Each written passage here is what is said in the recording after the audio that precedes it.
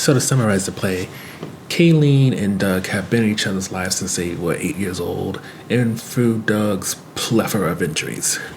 From him breaking bones, damaging his eye, going to a coma, and more, from 8 to 38, we watch as Doug deals with his physical injuries, and Kayleen is often dealing with mental, if not emotional pain, some of which is self-inflicted just as much as Doug's physical injuries. So get into the review section.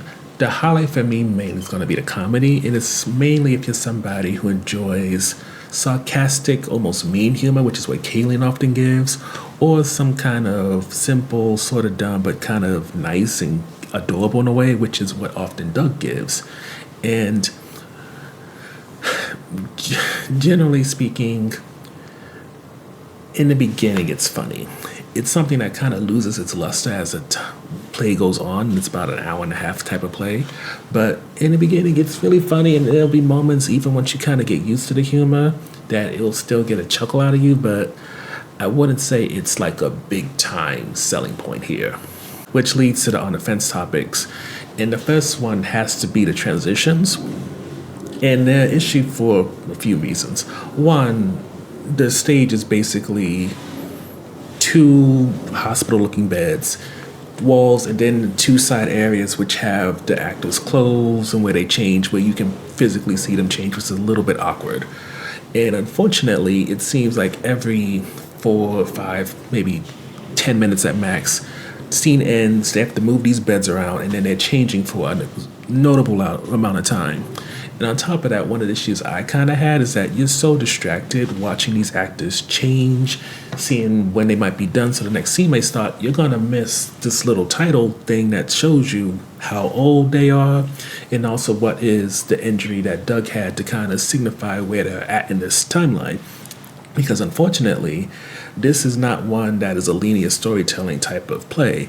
It jumps around between 8 to 38 to somewhere in their 20s to somewhere in their teens. So it makes it so that a story that is told at the beginning of the play about something when they're an adult, it may get followed up on about the actual incident that happened when they was teenagers later on. And unfortunately, if you miss when the title is, you may not necessarily get that hint to know that, oh, this matches up with that in terms of what was going on, which probably leads to the biggest issue, and that's just the chemistry here.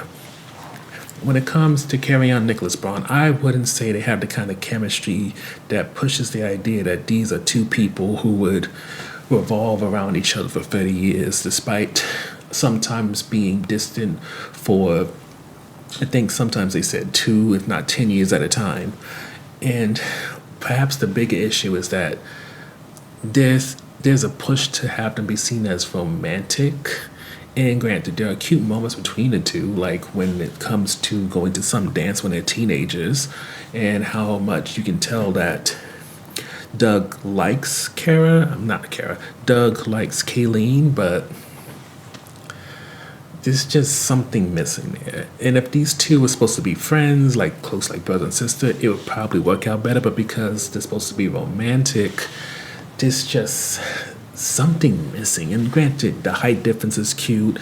Things that are said from Doug is cute. You can tell from Kayleen that with her having issues with her father, having someone like Doug who wants to protect her, wants to advocate for her, things like that, beautiful thing to see.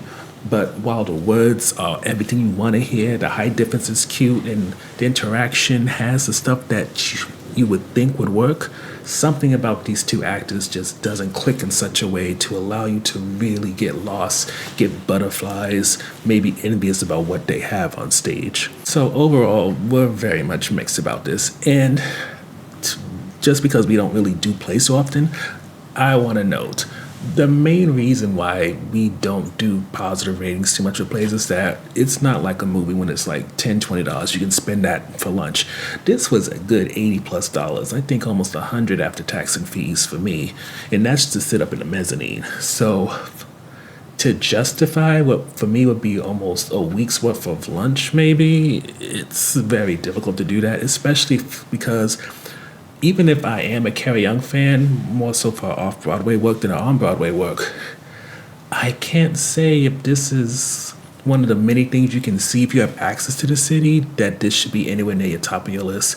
And granted, with plays, you have a very limited time period to check them out. This ends in December, and if you don't see it, you'll never see these people do this again, since most of the time plays aren't recorded.